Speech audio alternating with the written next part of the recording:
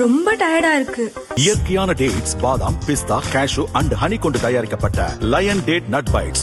சட்டசபையில் தவிக MLA JCD Prabhakar போட்டியின்றி சபாநாயகராக தேர்வு செய்யப்பட்டார். அவருக்கு உறுப்பினர்கள் வாழ்த்து தெரிவித்தனர். அப்போது பேசிய உதயநிதி தனது பேச்சின் இறுதியில் சனாதனத்தை ஒழிக்க வேண்டும் என்றார். நடந்து முடிந்த தேர்தலில் ஆட்சி அமைப்பதற்கான பெரும்பான்மையை ஆளுங்கட்சிக்கு மக்கள் வழங்காமல் போனாலும் திராவிட முன்னேற்ற கழகத்துடைய தலைமையில் தேர்தலை சந்திச்சு வென்ற தோழமை இயக்க சட்டமன்ற உறுப்பினருடைய ஆதரவோடு ஆட்சி அமைத்திருக்கக்கூடிய புதிய அரசிற்கும் மாண்பு முதலமைச்சர் அவர்களுக்கும் என்னுடைய வாழ்த்துக்களை நான் மீண்டும் தெரிவித்துக் கொள்கின்றேன். நன்றி, வணக்கம். வெல்க தமிழ், வாழ்க தமிழ்நாடு. மக்களை பிரிக்கும் சனாதனம் நிச்சயம் ஒழிக்கப்பட வேண்டும். நன்றி, வணக்கம். ஏற்கனவே இப்படி சனாதனம் பற்றி பேசித்தான் சிக்கலில் மாட்டினார். இப்போது மீண்டும் சட்டசபையிலேயே பேசியிருக்கிறார்.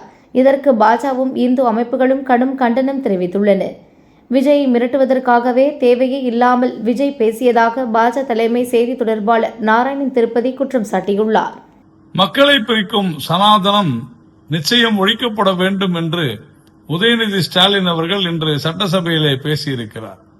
ஏற்கனவே இது போன்று பேசி சனாதன தர்மத்தை, அதாவது இந்து மதத்தை ஒழிக்க வேண்டும் என்று பேசியதால் தான் இன்றைக்கு திமுக ஆட்சி இழந்து இன்று அவர்களுடைய கூட்டணியினரை இழந்து அவர்களை முதுகிலே குத்தி அதிகாரத்திற்காக, பதவிக்காக திமுகவை அண்டி பிழைத்தவர்கள் எல்லாம் இன்று திமுகவை ஏளனமாக பார்க்கக்கூடிய ஒரு சூழ்நிலையிலே இன்று திமுக இருக்கிறது என்பதை உதயநிதி ஸ்டாலின் புரிந்து கொள்ள வேண்டும்.